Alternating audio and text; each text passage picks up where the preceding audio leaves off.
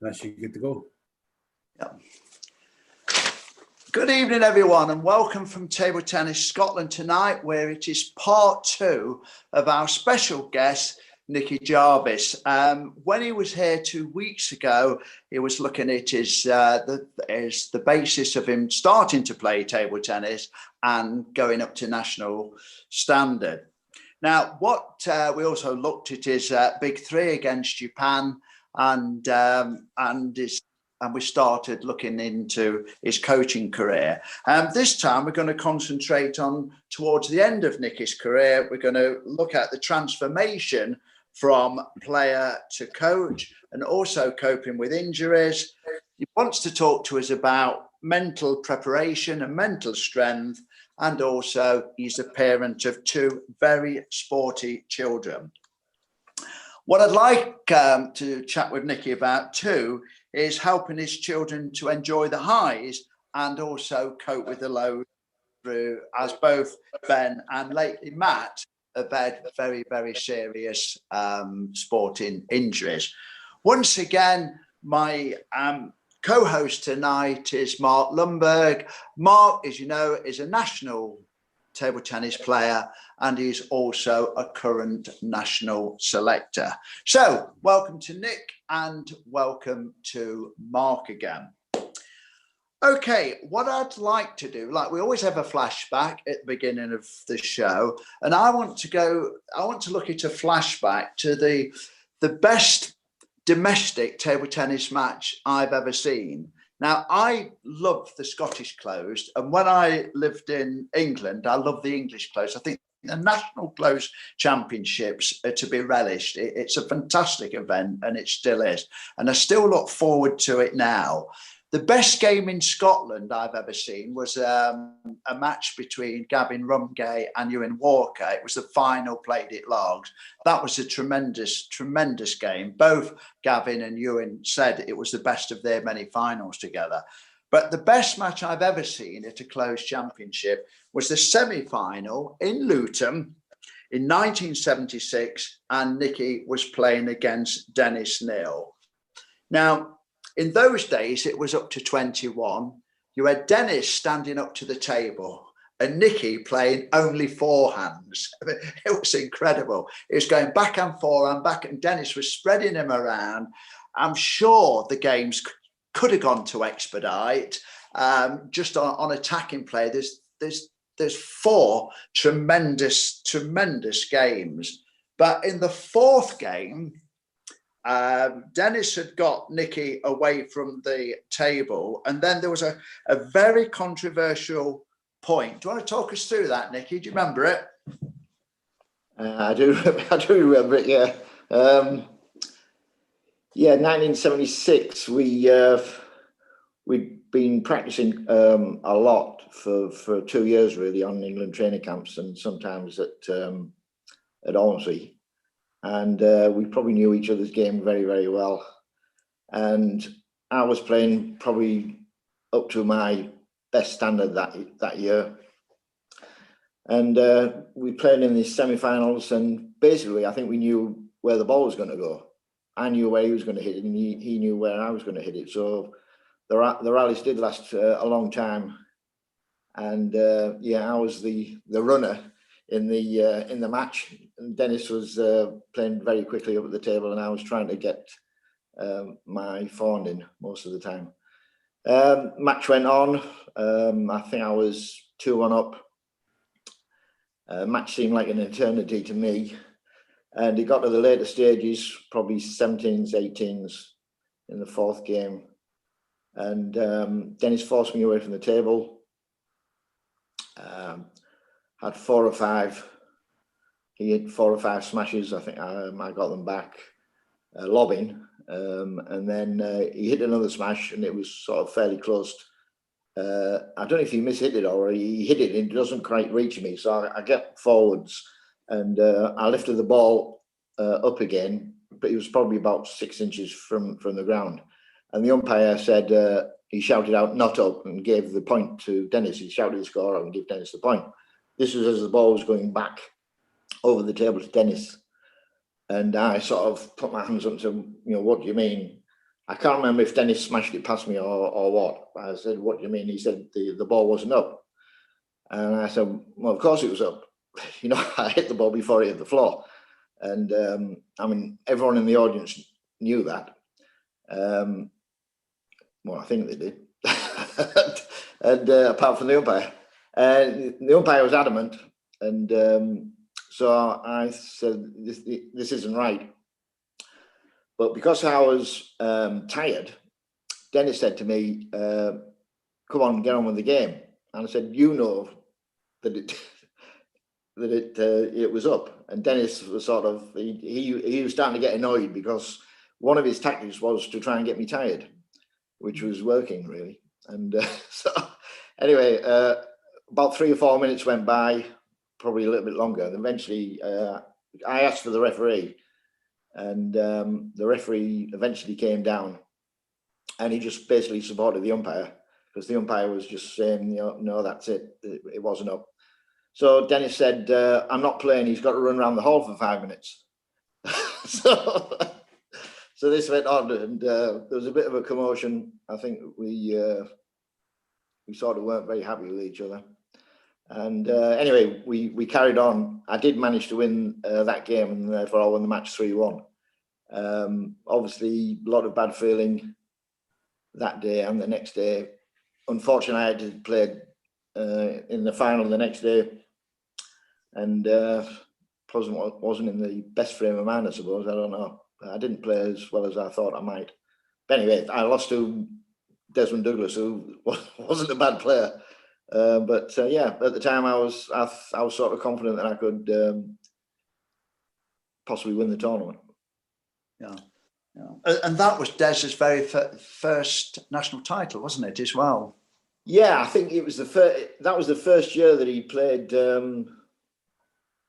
professionally, as in full time. I mean, he was working prior to that, and he played in Germany. He might have had a year in Germany playing at Dusseldorf prior to that. So he was starting to, you know, play some really good table tennis. Yeah, yeah. Good. But it was, apart from that controversial point, it was an incredible, a very physical match. How you managed to? Yeah, I was knackered at the end of it. That's for sure. Yeah. Brilliant. Anyway, it was a memorable match. It was just fantastic. Right. Okay. Let's move the clock on.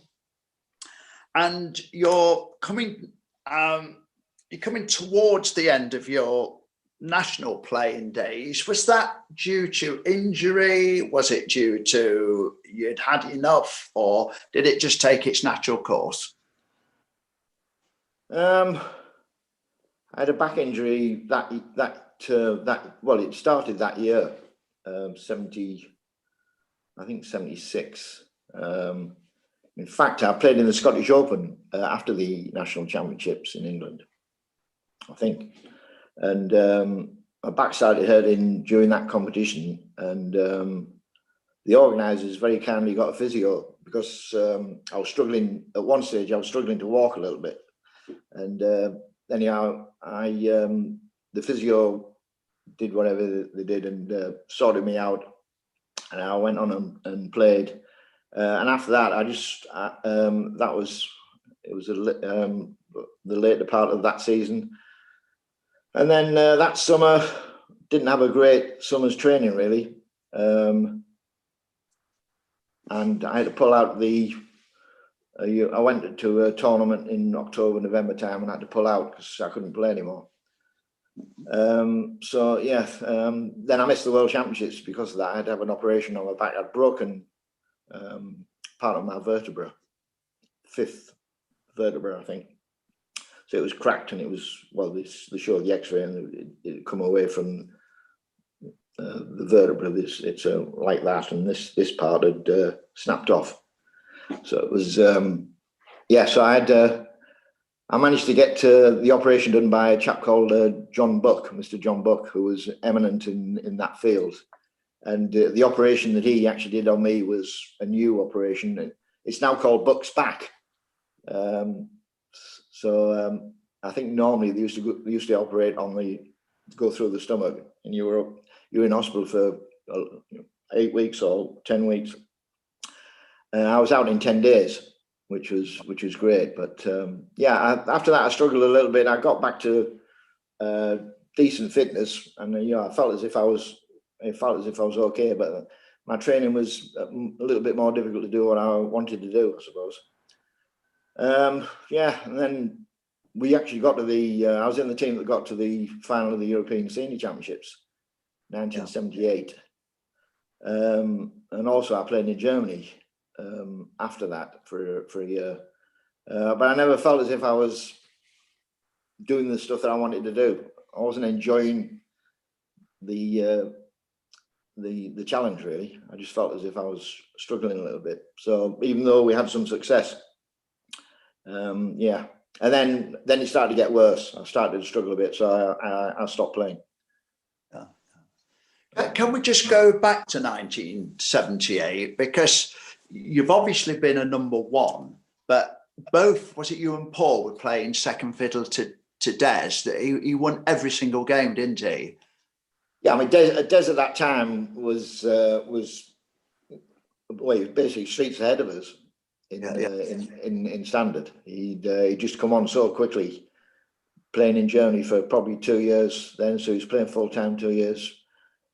Getting very good practice, not having to do his job. His job was table tennis. His natural ability and how he played, he was just at an incredible standard.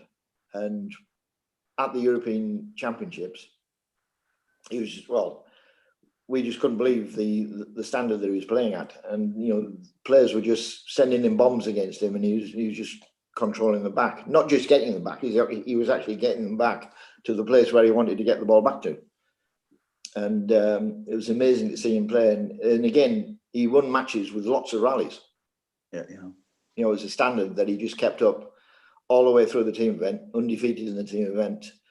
And then Istvan Yonia had a master plan against him in the semi-finals of the singles and beat him, which I just thought he was going to win it. But I think he was obviously very disappointed, but he played an unbelievable tournament. He went on. I mean, during that team event. Yeah. So, I mean, during the team event, Nick, was there a lot of pressure on? Was it you and Paul? You had to win one, didn't you? Both of you. Did that kind of put extra pressure on you too? Yeah, John Hilton was in the team as well.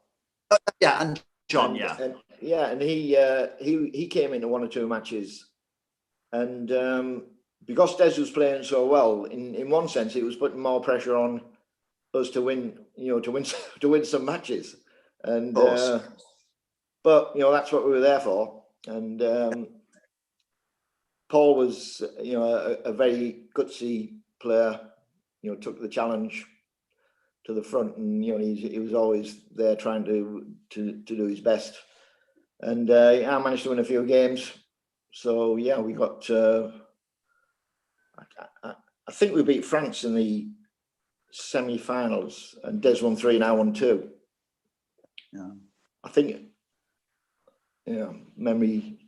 Yeah, I'm not sure. I think so. So I was sort of fairly pleased with that from my point of view. But I mean, Paul was a very good team man. So was John Hilton. Yeah. Brilliant. Des was phenomenal. Yeah, absolutely phenomenal. Yeah. Okay, I'll have a little bit of a break, and I'll hand you over to Mark. Nick, just talking about national championships, and obviously that flashback in time, which Dave's talking about there, it's more, I mean, I'm talking about from when I was playing at a junior level internationalist, and I think of everybody else, and I don't know if it was the same in England, it's like the pinnacle of the national championships, and basically how much it seemed to have absolute bearing on a season of how you performed. Do you think that's fair to have that type of pressure on maybe a junior player or cadet and junior, that national selection or the emphasis of how you perform in national championships has so much emphasis on development? Or do you think it's maybe turned players off because maybe performed poorly?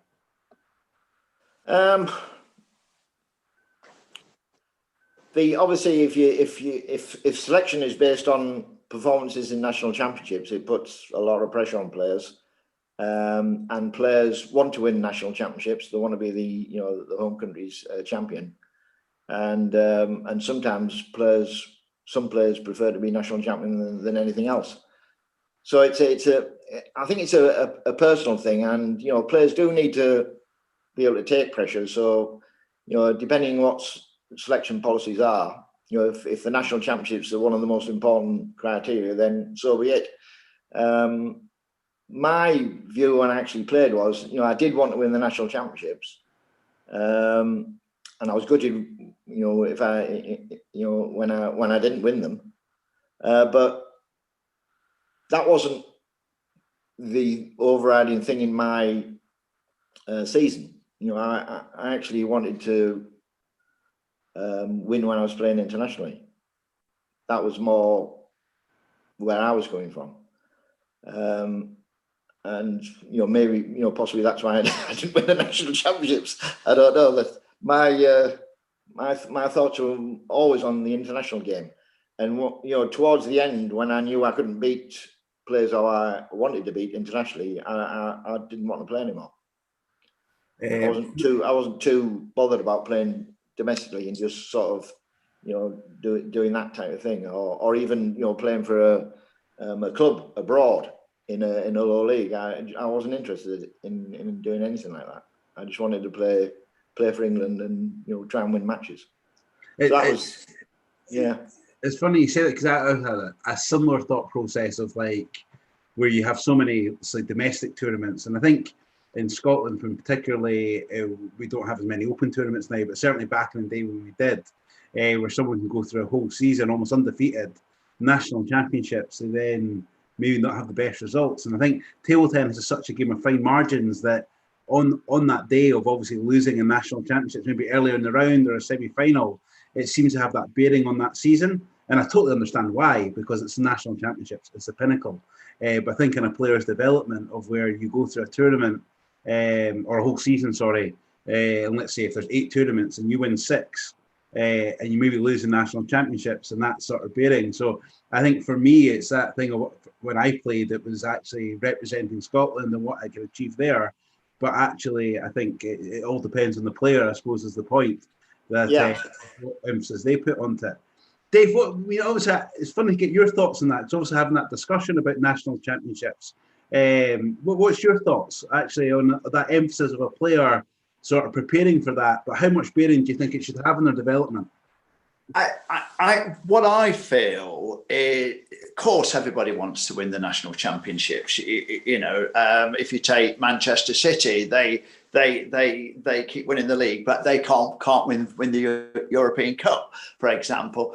But I think it's important to get the balance. So it's great to be able to win it, but if you don't win it, it is only one of many events. Take the title away, it is not as important. I mean, if you take Richard Ewell, he won the Spanish Open. Now that was far more. That was a greater achievement, I think, than any of his national championships. So I think it's a case of putting it in perspective, really, and it shouldn't define your season one way or the other. No defeat should, and if a defeat's going to define your season or your next match, then you're probably not going to make it anyway. Yeah, I think it's also important from a coach's aspect. I know we've picked this up before about we're going to it later about coaching picking a player up at the end of it, where it's not the end of the world. I think from hindsight of where, because national championships later in the season, that affects a player maybe coming out the next season. I'm thinking more of the last player of a junior, maybe doesn't have a successful thinking, actually they enjoy playing the game, and then the next season they're like, maybe this is not for me.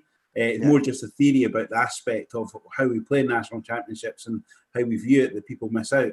But it is a massive thing. And I think in an amateur sport, it's the pinnacle. So it always should have that higher prestige than sort of other tournaments. I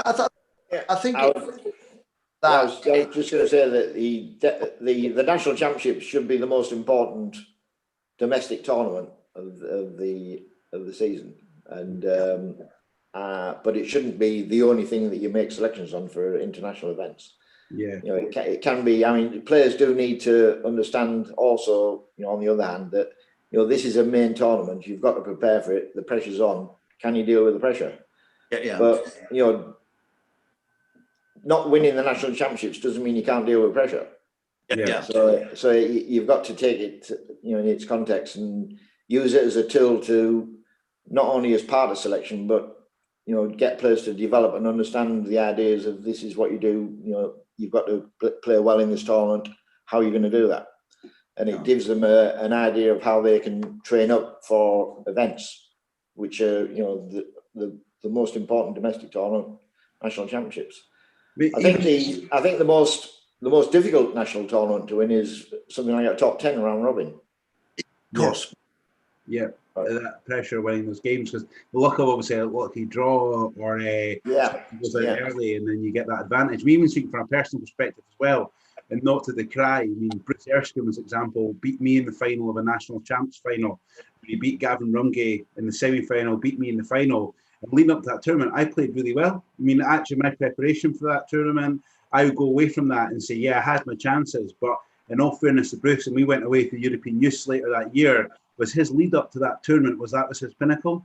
Was he didn't have a good domestic season. He was maybe sitting about 6 or 7 in the rankings, but ultimately that emphasis of putting on national champions, I'm going to do something, and he worked out the games and done the work. And I suppose that's the idea of when you're looking for something, and David, that you're a lot more experienced than me, if you actually see something in a player and actually see if they put that work in, even for national champs, that actually that you see something. So it also works the opposite way of they've got something that they've managed to get these results and do that work. I think what is also interesting about national championships as well is Gavin Rumgay is lost in the Scottish final. I mean, not as many times as John Brough, but, you know, the fact that he kept coming back and winning after a defeat. So, I mean, he lost to Ewan several times in the final. And then about 10 years ago, he lost to, was it Sean Doherty? Doherty, yeah. Again, but Dave Wood, you know, it didn't define his career at all. He just, oh, well, I'll win it next year type of thing. You know, which is, I suppose, I mean, the initial point of the question, and just before I hand back to you, Dave, I suppose at that senior level, when you're looking at top level, you're semi-pro, pro, whatever way it is that pinnacle. I think it was a junior level of like under 13s now, under 15s, under 18s. It can't be that definition of where they lose interest in the game or come disheartened, where it's got to be a learning experience. And I suppose the overall summary is that's where the coach comes in to make them realise that. I think there's maybe been examples before where people have put that much emphasis onto it that they've maybe lost that interest, and that's a shame. That's the one where actually don't worry about that, because see the Scottish schools that you played in the next week, you were brilliant and you won it. Or the North of Scotland Open, or you went down to England and played in those tournaments like Derby, Tameside, all the tournaments down there, you had some cracking results. And I suppose it's that sort of development of a junior player of national championships. But that was good. I'll hand you back, Dave, just if you just to carry no, it's very good, because it's all about perspective. It's all about perspective. And sometimes we get defeats out of perspective, and sometimes we get wins out of perspective too. Have we had anything on YouTube before I? Well, actually, I'm going to. So Ben Hart's back. And I feel like he's back, but I feel like he's not. He needs to go back and watch the first session with Nick, because he's got a few questions in there which Nick covered off. So apologies, Ben. I won't read them out, but if you go and watch back in Nick's great first session he had with us, you'll get the answers to these questions. Good. Okay, right then, Nick. Coaching. What made you? Had you always planned to go into coaching? I was always interested in, as I said before, I was always interested in how players went about, you know, developing their game, and I was always intrigued how players played, and I used to think, how could this player get better? Or and also because I'd stopped sort of pretty early from a playing point of view, I guess I was quite frustrated that I didn't sort of achieve the stuff that I sort of set myself out to achieve. And so from a coaching point of view, I thought I want to try and do something and sort of, try and, develop players for to play internationally. That was always the thing behind my goals as far as coaching was concerned, was always to try to get players to achieve their potential, basically. And whatever that potential was, but deep down, my burning desire was to try and help players to become internationals or win internationally. And so, because I'd been involved sort of at an international level playing, my thoughts around coaching started off at that level. And I remember my first sort of full-time coaching job was national coach for the ETTA at the time, which is now Table Tennis England. And you were the director of coaching, my boss, and you took me, my first sort of venture into the national coaching world was to go to Maidenhead. And I was taught a big lesson because I just thought everyone wanted to be an international table tennis player, and this is how you do it. And I was trying to sort of explain to sort of 10-year-old kids and 15-year-old kids about it, and you've got to practice this. And I was doing the practices for half an hour, and they were obviously bored stiff after 5 minutes. So you need to change it round. And so I think, Dave sort of, made me realize that, coaching is not just about one aspect. You've got to take in all aspects, and then you get a more rounded picture of how people can develop and what they need to do, and enthusing people that might not look all that interested to start off with, and understand that younger kids have got different ideas of their enjoyment of sessions and all the different things. And I felt as if I learned that. I think I was a national coach for 2 years, and I learnt more on that side, which helped me to sort of develop my coaching ability. I think that was a good learning period for me. Yeah. No, I do remember that. I remember you saying that you actually said to me you felt more comfortable in a hall with international, with Des, O'Day, John Hilton, than you did with a group of county players. That's right. I mean, I think I was captain, and I think I was captaining the England, some of the England teams fairly quickly after I'd stopped playing. Yeah. So I was sort of, training some players and taking them to international tournaments. But I hadn't learnt my skills in other areas, and so that made me think again about where I was in coaching. Yeah, I think when I first started, I thought, right, I'm going to take 12 players away to an island or in the country. Obviously, they've got to want to play table tennis, want to be good, and they've got to have some talent. And I'm going to make sure that they become internationals.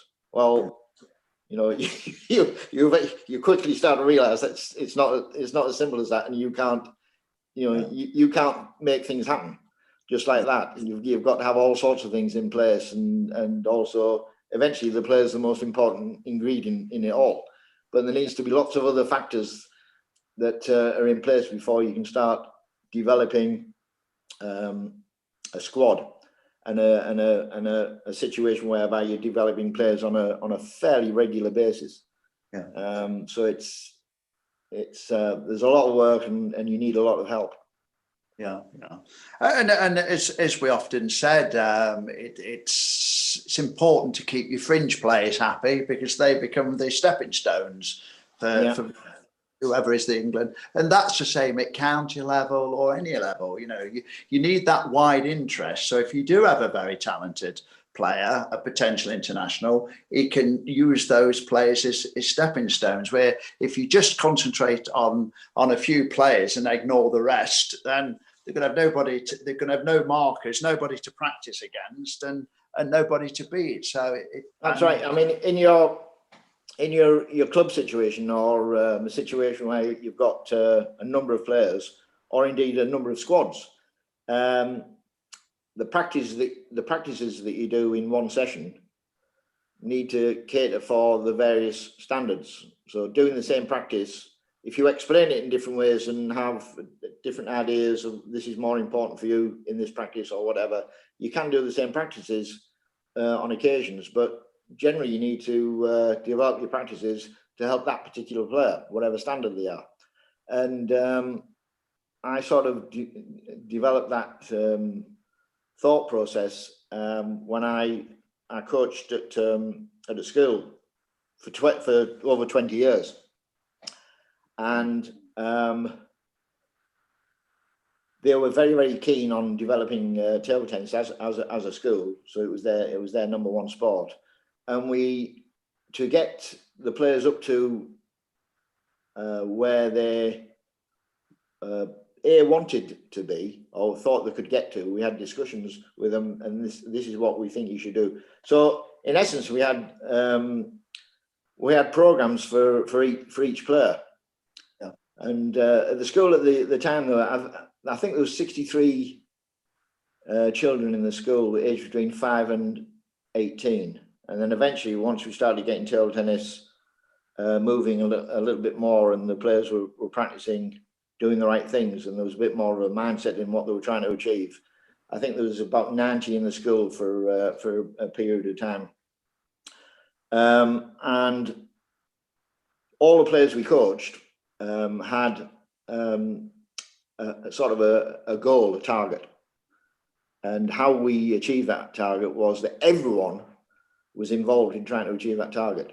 And basically, all the parents were supportive. You know, the teachers were supportive. The head people in the school were supportive, and we had other players coming in and helping as well. And I used to take, once the players started getting a little better, I used to take the players to other clubs or squads to train.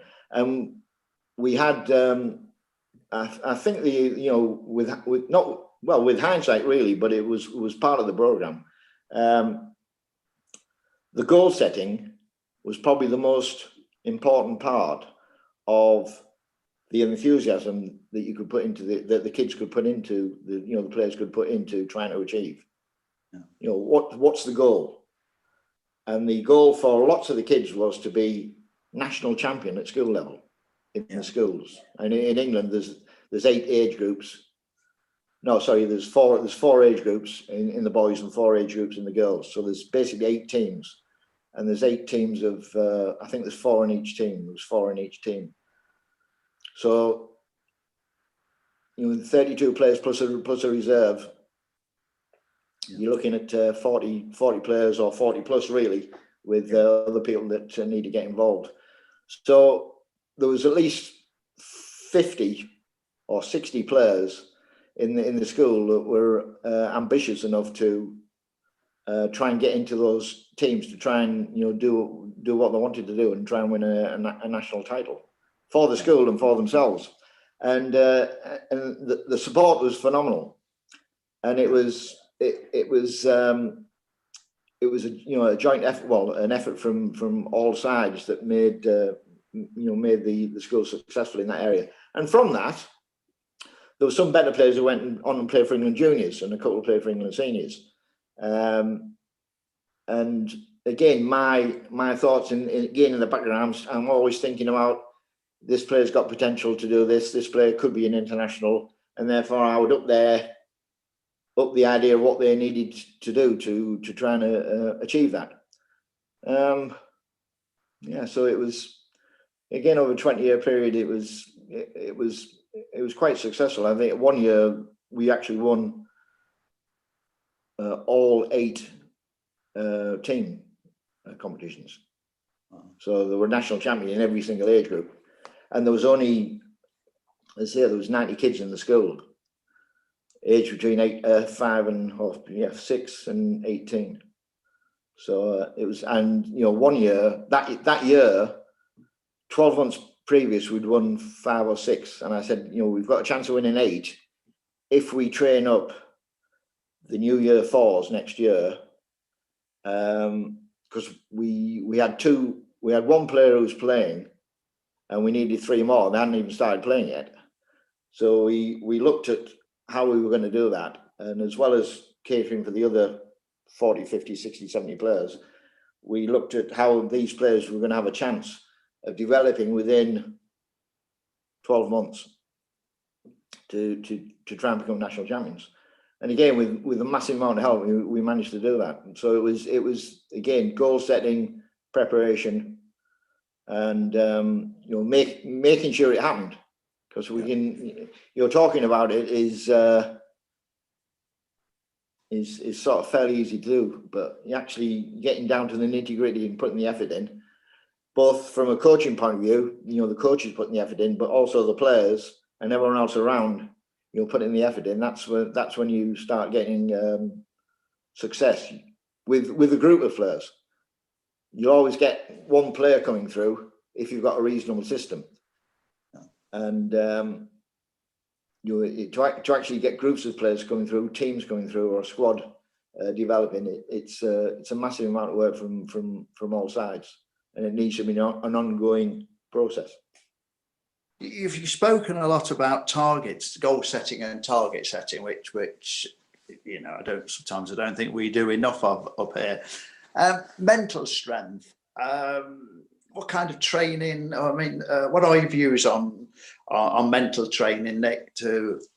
Well, mental training from most table tennis coaches' point of view is the most difficult subject to look at and try and improve players' mental strength. And the sports psychologists are obviously the experts in that. And we, as I said in the 2 weeks ago, I've been in quite a few lectures and listened to all sorts of different things that can work, but it does become very, very individual, and things might work for people and they don't work for other people. But based on what the experience that I've had and the stuff that that's been explained to me, you can do stuff pre-competition in the training hall, and then you can mirror some of that stuff in your match play, and then the specific things in the match play that can help you. And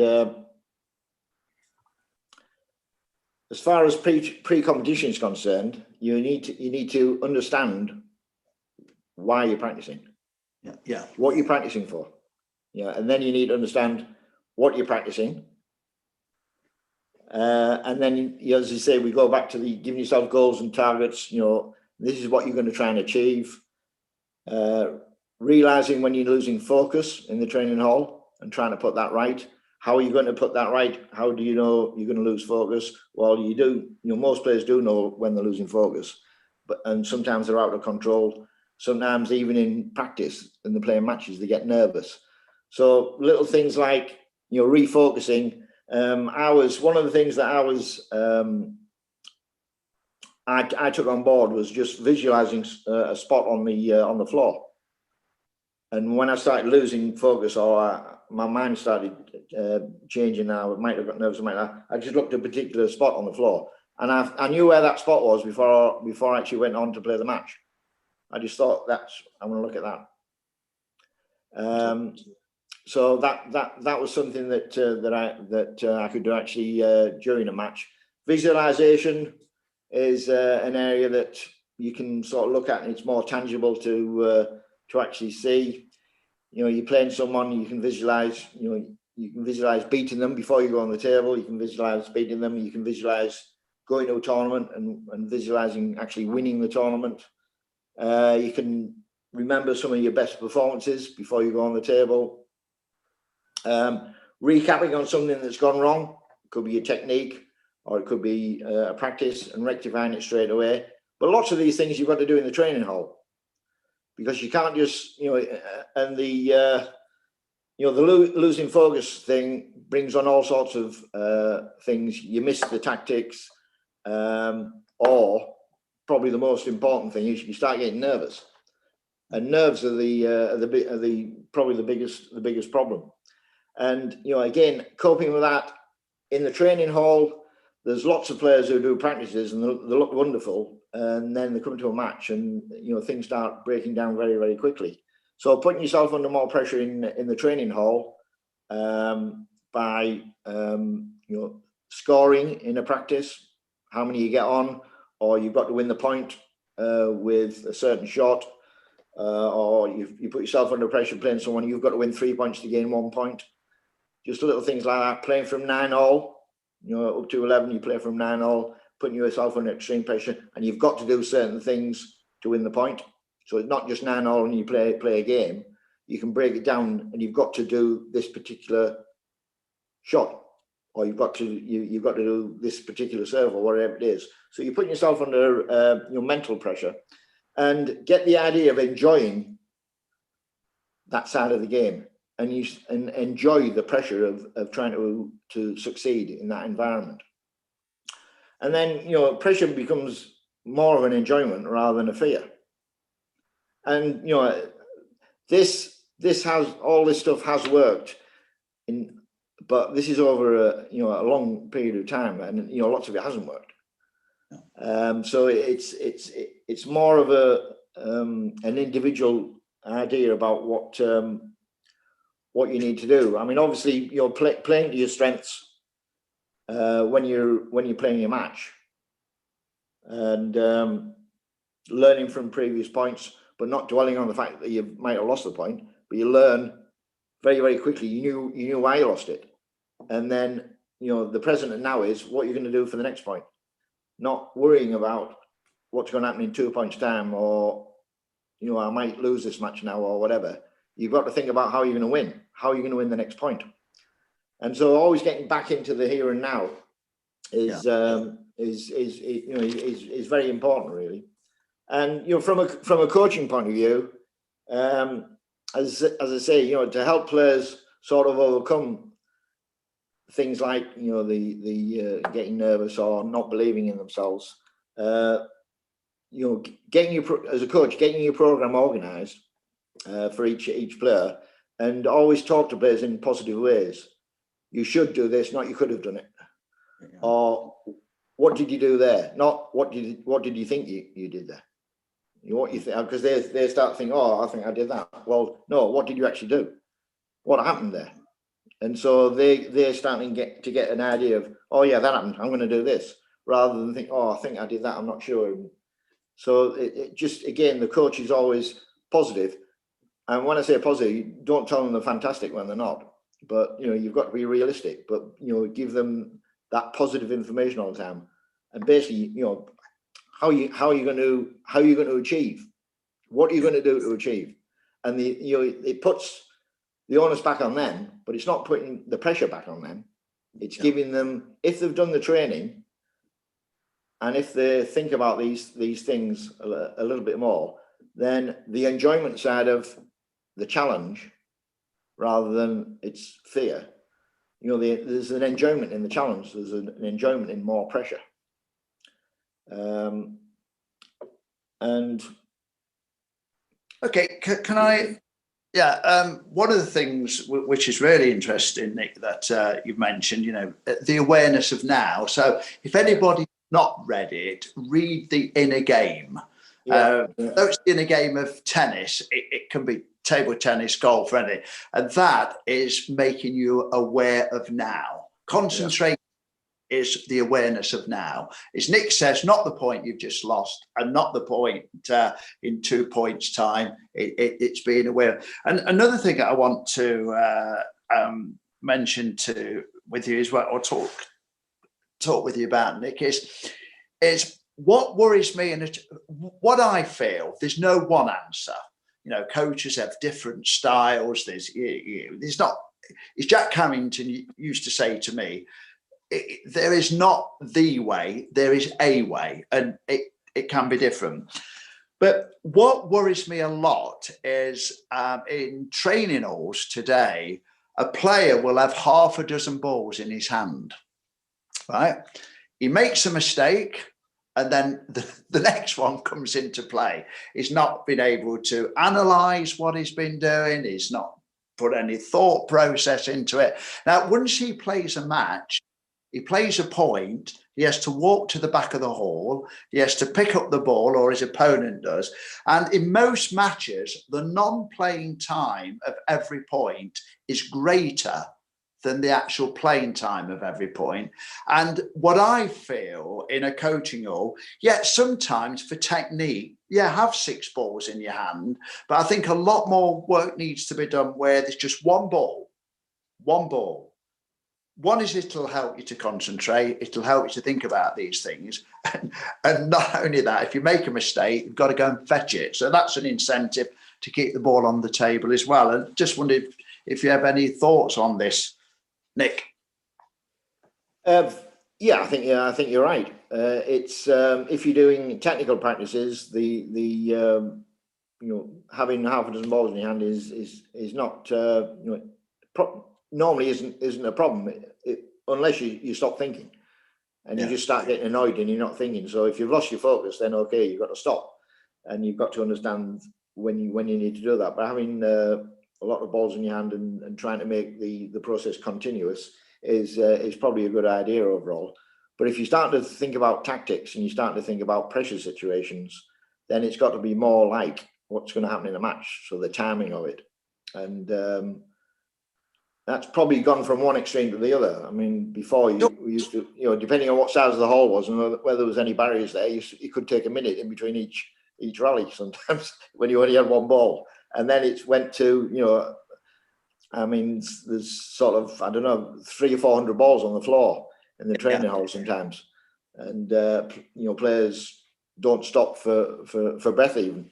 And they just bang, bang, bang, bang, bang. And it's a misconception that the more effort you put in, the better you'll get. You've got to understand what you're doing. You've got to learn and you've got to develop the skills that you're trying to develop, not just practice hard.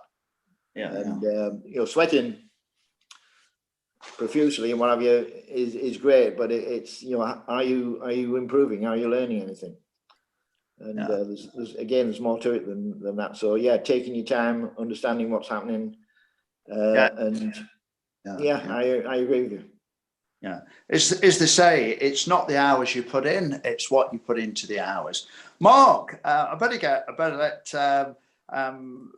dying to get talking about Ben and Matt. But have you got a question for? Yeah, that was brilliant, wasn't it?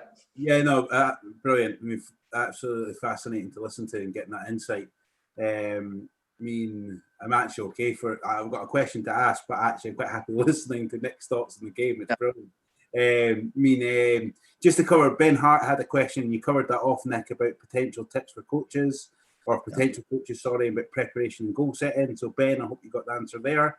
But my question, Nick, would be just to take you back what you said. So I played in that era where you were coaching at the school. So a bit of feedback was they were an absolute nightmare to play against that team in tournaments. Me and Gavin used to comment when we used to play the school or the players from that school, was it how competitive that they were and playing these tournaments as a talent. But when you went on to play a match against them, you knew you were in for a match no matter what level because you knew what school they were from. So that's obviously a bit of feedback there that actually what you're saying there and playing against it was absolutely true. That's good. But my question is more about fascinating about coaching where you're scoping players' development from young age, picking up a bat at a school from the age of 5 and you are leading that development. But how does that fare with obviously being part of a governing body of Table Tennis England, of scoping in a different team of 2? I'm conscious that question could be political, but it's not meant to be. It's more about the fact of taking players from that are going back to their clubs and they're coming to you and you're scoping their development to the ones where you are day in, day out being responsible, and the difference about trying to scope a player's development? Yeah, I mean, it's a very good question, and some might say it's a difficult question to answer. I don't think so. There's different views on this, and again, is this the way you should do it or that the way you do it? But I think that if you've got a chance, and probably unfortunately now the I don't just mean with COVID, but I think just generally, finances have become very, very tight in many countries, and certainly table tennis in England is under more financial restraint than it was a few years ago, and I'm sure the situation in Scotland is very similar. My idea is that the national program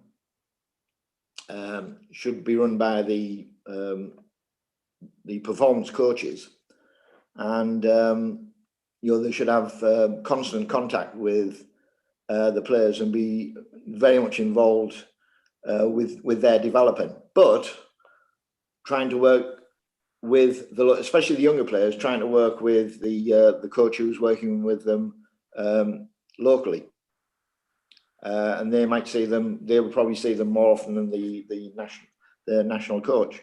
But I still believe that it should come from the performance team, and that they should try and spend as much time as possible with the players involved. And then it becomes a numbers game. How's one national coach, let's say, going to cater for 50 players or whatever? Or I mean, in England, a number of years ago, when I was working with the national teams, we were very fortunate enough to have a number of regional coaches who were well equipped to actually captain young England players. So we were blessed with coaches who were working in the regions. So we had a number of people who were involved there, and the performance team had a lot of experience. And as time went on, those regional coaches unfortunately were put into other jobs or weren't. They moved on to somewhere else. And that was for financial reasons. So that was difficult. And we got a new performance director, Simon Mills, who came in from a different sport and managed to.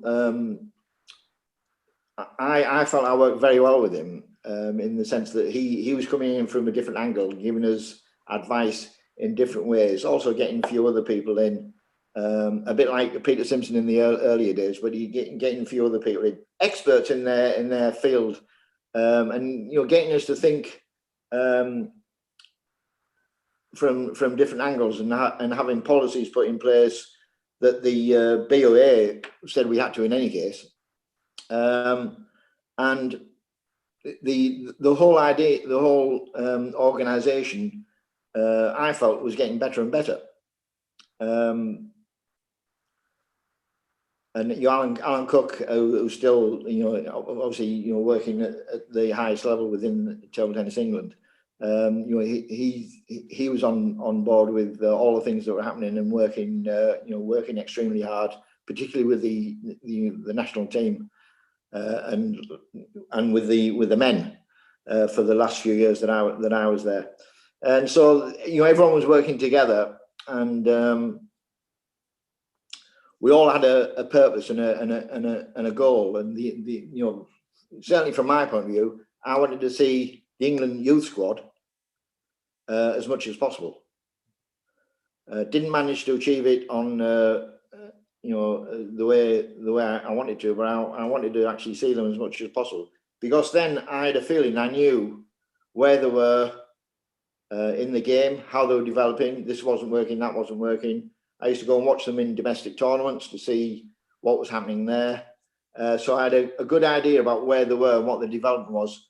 And also to a certain extent, with quite a few of them, what their mental state was.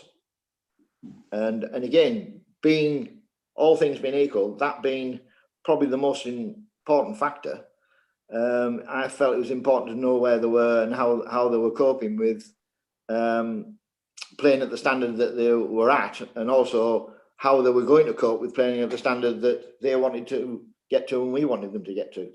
So having contact with the players on a regular basis is really, really important. But it's very difficult now. And I think one of the good things that are happening in England at the moment is that there's more information going out to more players. It's remote most of the time. There are training camps and things like that. I mean, at the moment it's obviously not happening, but generally speaking, there are training camps, and players are getting very, very good information. There's more players getting good information now from the association than ever before, from an international viewpoint. You know, how you're going to get to be an international. So that's very, very positive.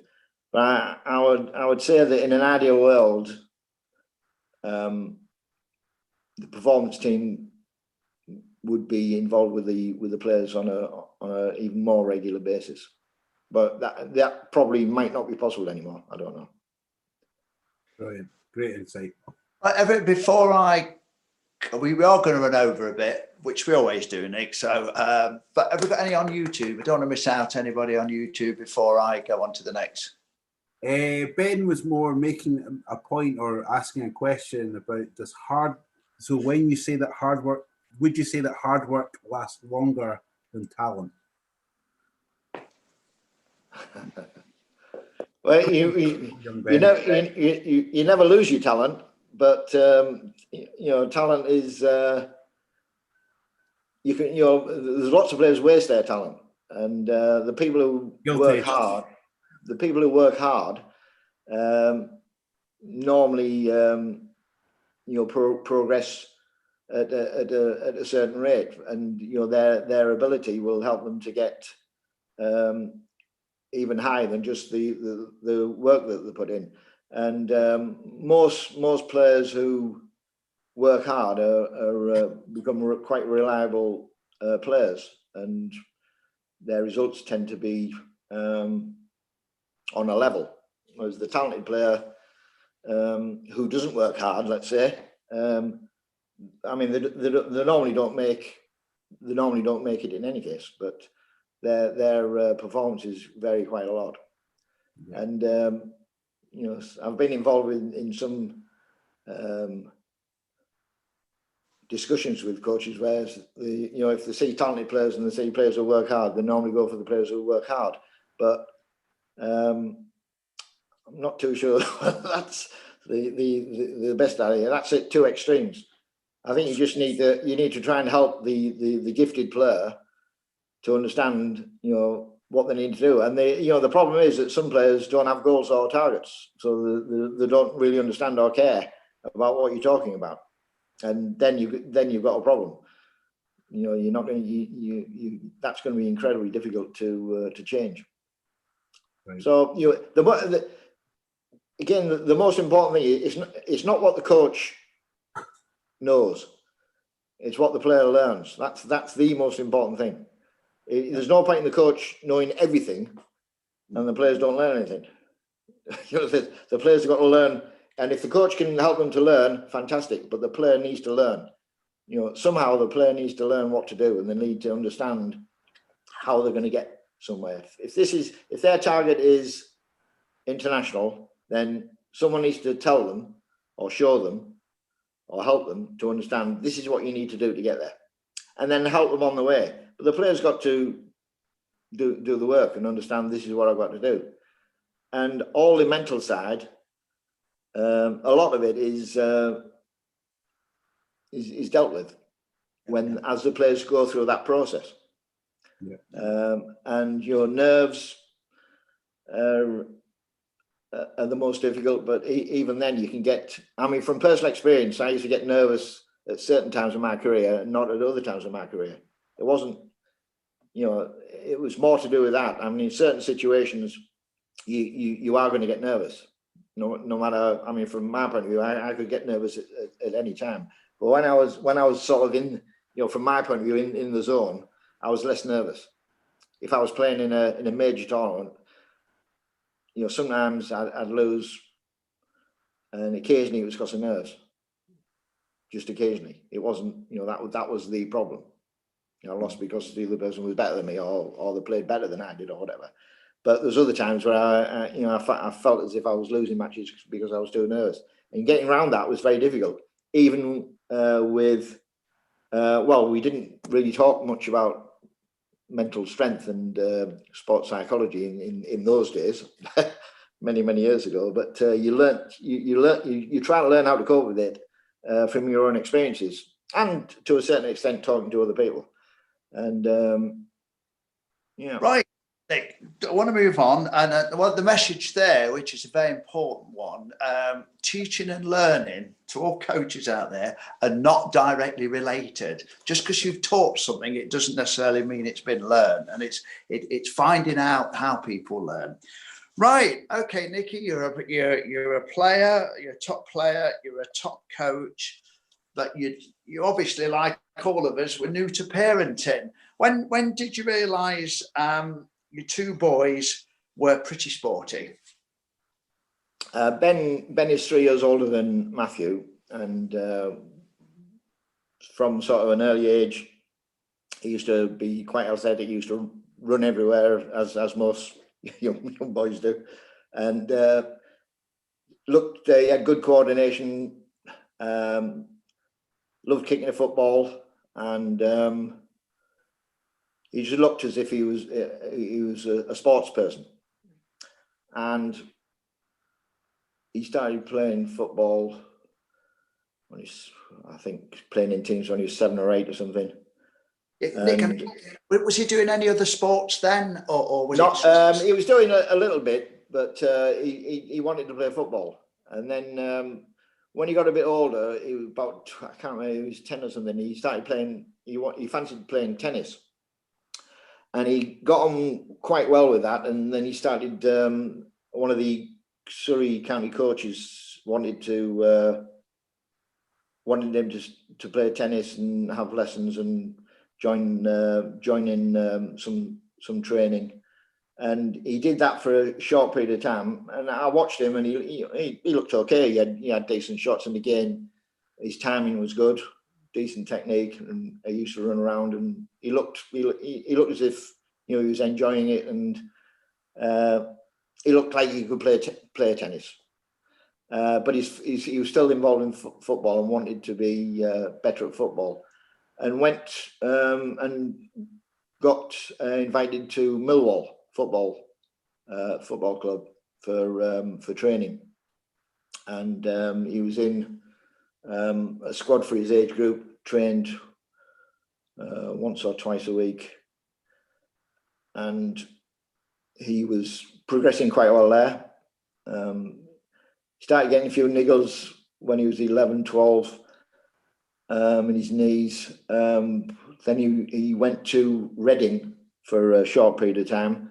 But we found out that his main interest was socialising with the people he was he was playing with. So although he practiced hard, and he was keen on, and we said to him, what do you want to do about tennis? He said, well, I don't want to play tennis anymore. I said, why's that? He said, well, it's just me. I don't want to. So he didn't play tennis, and but started playing football. He left Reading because he missed his mates at Millwall, and I thought that's strange, because although I had sort of friends where I was playing with, my goal was I want to be good, and I don't care where I go. I want to be good at this. And his idea probably wasn't the same. So he went back to Millwall and didn't progress. And eventually we found out that he'd got a problem with his both knees really. He had an operation on one knee, and then he was okay for a while. And then he's had 3 knee operations basically. So he's from a sporting point of view, he sort of went back a little bit. Started swimming, which he was quite a reasonable swimmer. But he because he was 3 years older than Matthew was just copied everything that Ben did. So Ben would go to tennis, and Matthew would go there and hit the tennis ball around in the against the wall or something. Ben would go to Millwall. Matthew would be in the car park kicking a football around. You do this, Matthew. So Matthew was just going around with Ben, just again copying what Ben did. So yeah, Ben's sort of he was quite good at football at school and played for the district and things like that. But I think he just struggled a little bit, and he probably then he didn't have the drive to want to go any further, because I think he thought he couldn't do it, which is difficult. But he loved the social side. So the bonus for him was he got more and more friends with swimming and football, and some of them he's still he's still friends with. So that's a positive.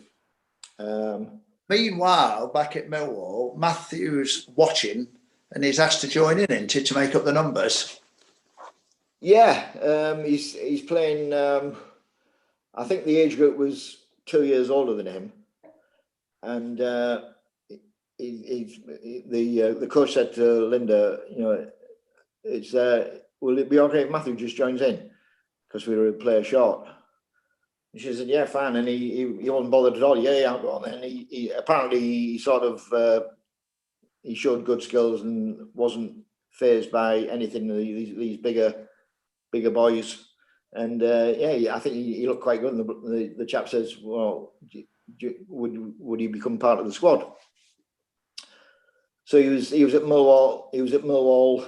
He had a very short period at West Ham, believe it or not, and then they had to shut the centre down because the players of that age, they couldn't travel more than an hour and a half, and so the centre that was there was some problem with it, and so Matthew went back to Millwall, and he was there for the next 5 years or something, and during that time, he just again he looked.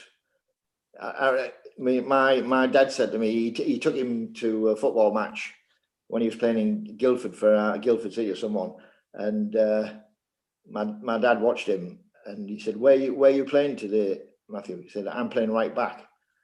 And he said, yes. Said, no one gets past me, Grandad.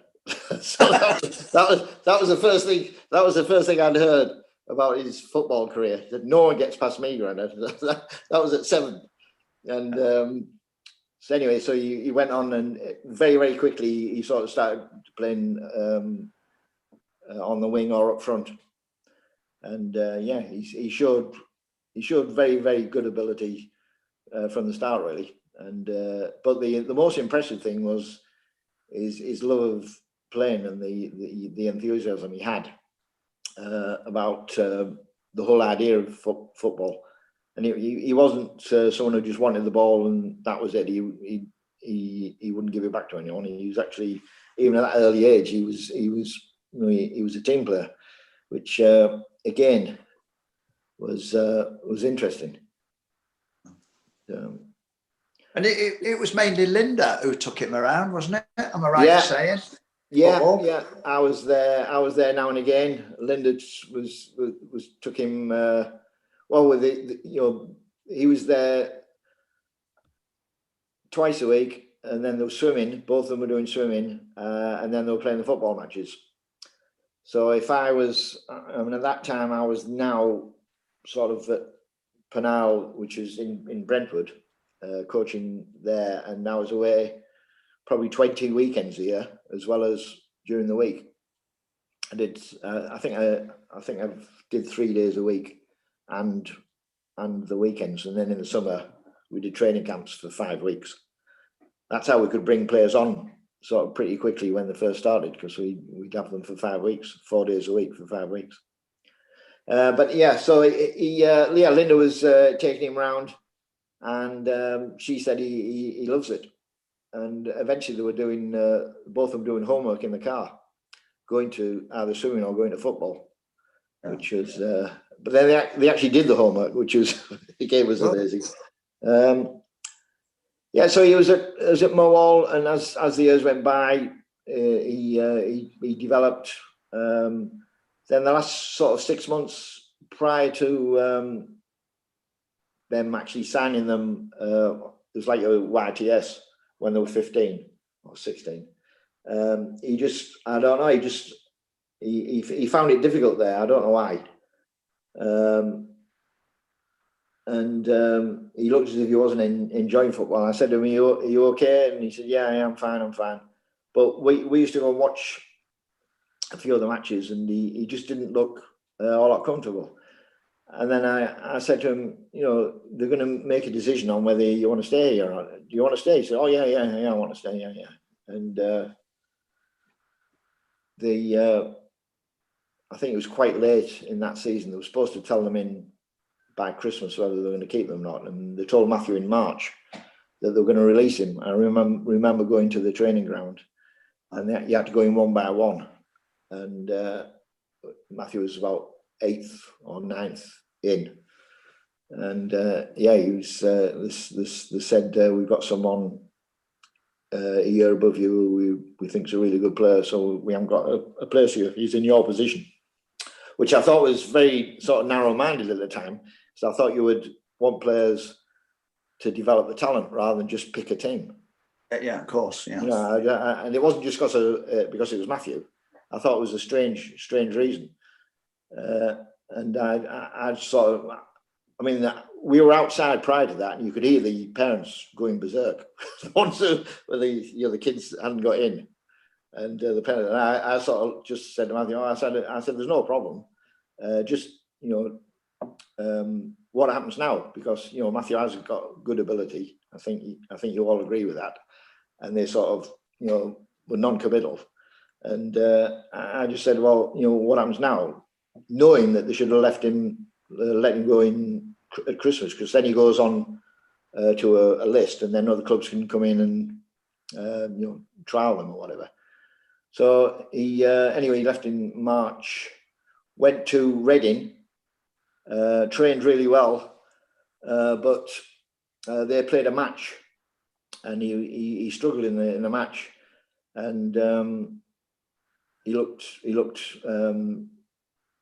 nervous, and he looked as if he had no confidence. And so we spoke to him, and it was a time we thought it was a crunch time, and because he wanted to be a footballer, and so both of us had a talk to him in the car about basically, if this is what you want, you've got to start booking your ideas up. You can't just sort of not put a performance in when you've got to. If there's something wrong, tell us. But if it's about whatever. I can't really remember the talk, but we had a chat for about an hour about it, and at the end of it, he sort of took it on board, but it took a while to get out, because he was just basically he couldn't believe he'd been released from Millwall. I think that was the bottom line. But he thought I don't want to play anymore. So we just said, okay, it's up to you. But if you want to play, you've got to start thinking about what you're going to do to be a footballer. Not people don't think I'm any good. That's irrelevant. You know what you can do. We know what you can do. So you've got to get out there and do it. If that's the game you want to play, then let's get out there and do it. And he went to luckily one of the chaps at Millwall who'd voted to keep Matthew. He phoned up one of the scouts at Gillingham and said, I think we've made a mistake. And so this chap phoned up and said, we'd like you to come along and trial. And Matthew didn't particularly want to go. And I said, it's up to you, but if you don't want to go, you're not going. You're not going to go because you think you should. You either go because you want to go, or that's it. And anyway, he went, and again he struggled a little bit, and I think he just lost confidence. It wasn't the fact that he didn't want to play. he did want to play, but he just lost confidence, and we were just trying to encourage him and sometimes be strong in what we said, but just try and get him into the idea deep down, this is what you want to do, so let's get out there and do it. And the coaches there were great. They brought, very, very quickly, they brought out the confidence in him. They gave him confidence. They didn't tell him, you're a fantastic player. They told him what he could do. This is what you can do. This is what, they didn't say, oh, you're brilliant, Matthew, or whatever. They actually told him what he could do, which is something that I would enforce if I was talking to table tennis players. I wouldn't tell them they were brilliant. Be realistic, but be positive about what they, and you could see him just developing very, very quickly. And he was just, he started flying. He played striker, he played left wing, he played right wing, and he was just, it was, from our point of view, real happy times, because he was just phenomenal sometimes, and we couldn't believe the change round in what he did. So he was, and then within a short period of time, I think he was only 17, he signed pro forms and played in the first team. So that was, and no one could believe the speed he had. I mean, when he was younger, he was a county champion at 1500 meters, and thought there's no way that the school asked him what he wanted to do. And he said cross country and 1500 meters. So he won a few cross country events. He won the 1500 meters at the Surrey County Championships. He was backstroke champion for Surrey champion in on breaststroke for 3 years in a row. And his biggest attribute was his speed, and he didn't do it. And I think the thing that sort of clicked with us was one of his friends was doing the 100 meters or 200 meters, and there was a space. So someone said, "Oh, Matthew, you go in." So he went in and he beat this lad by about 15 yards, 15 meters, and sort of, wow, what happened there? And Matthew said, I can sprint, can't I? I said, well, of course you can.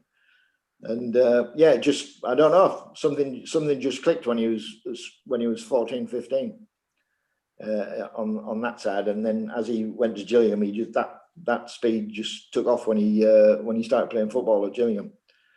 Under 17, 17, he signed pro, and then lots of happy times at Gillingham. Great squad. They helped him a lot, the coaches and the players, senior players. Then he got his move to Wolves, and good set of lads there as well. Lots of young lads, all striving to be top players.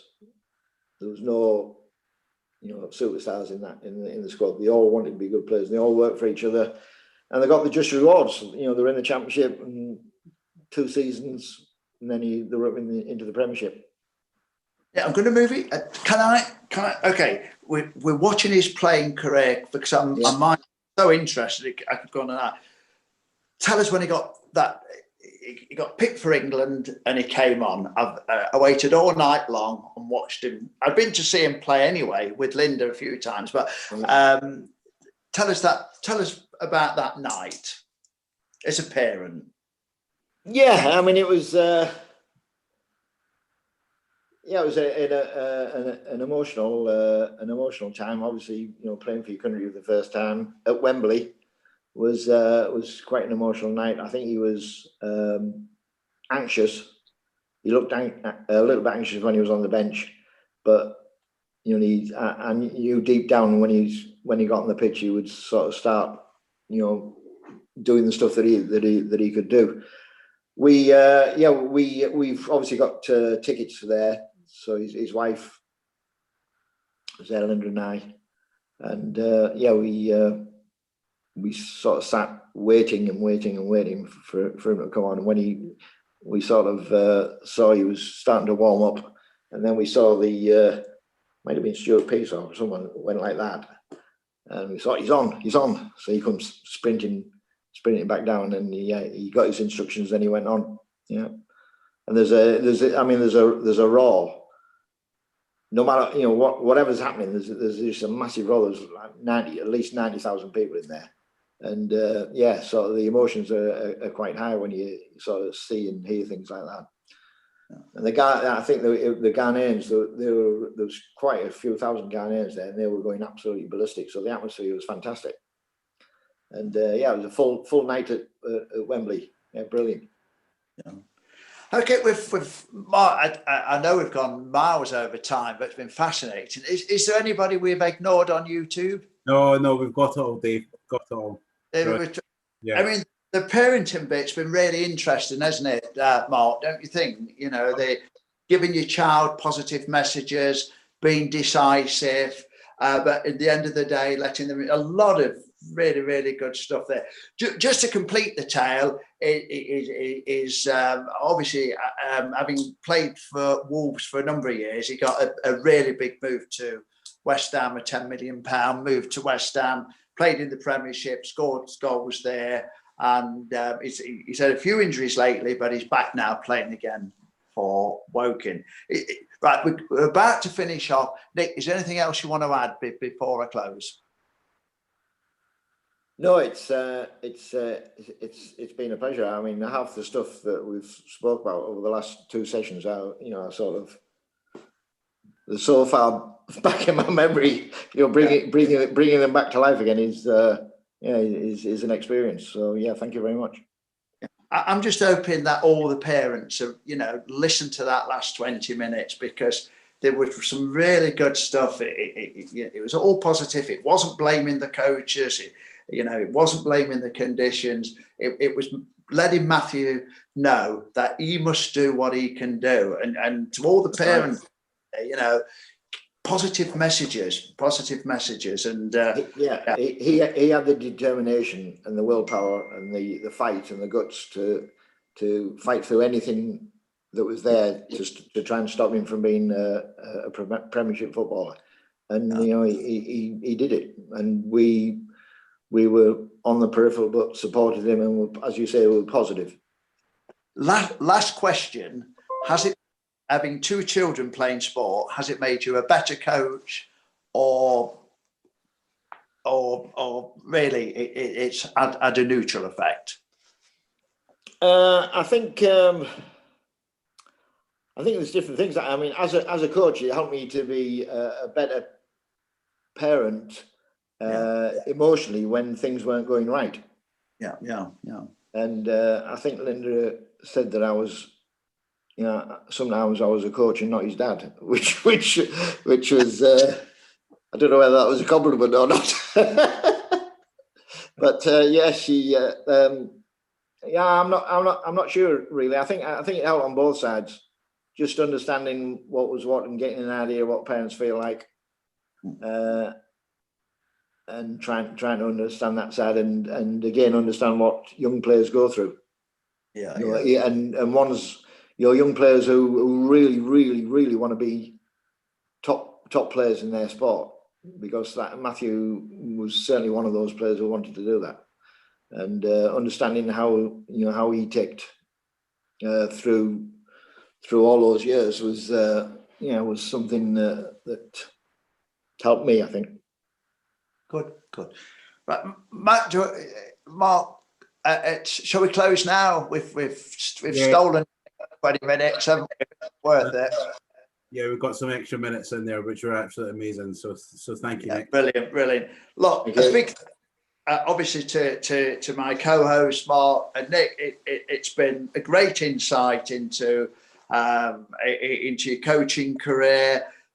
The mental strength was fantastic, and obviously parenthood and dealing with two children. So well done there. So thank you, everybody. Now next week I've got our very own Joan Smith from the Shetlands, along with Sue Strachan. Now Sue is multi-talented. She plays she plays cricket, and she also plays squash for Scotland, and she's the president of Cricket Scotland. So it'd be interesting, you know, as Nick was saying, we're learning from other coaches, and it looks to be a fascinating evening. So thank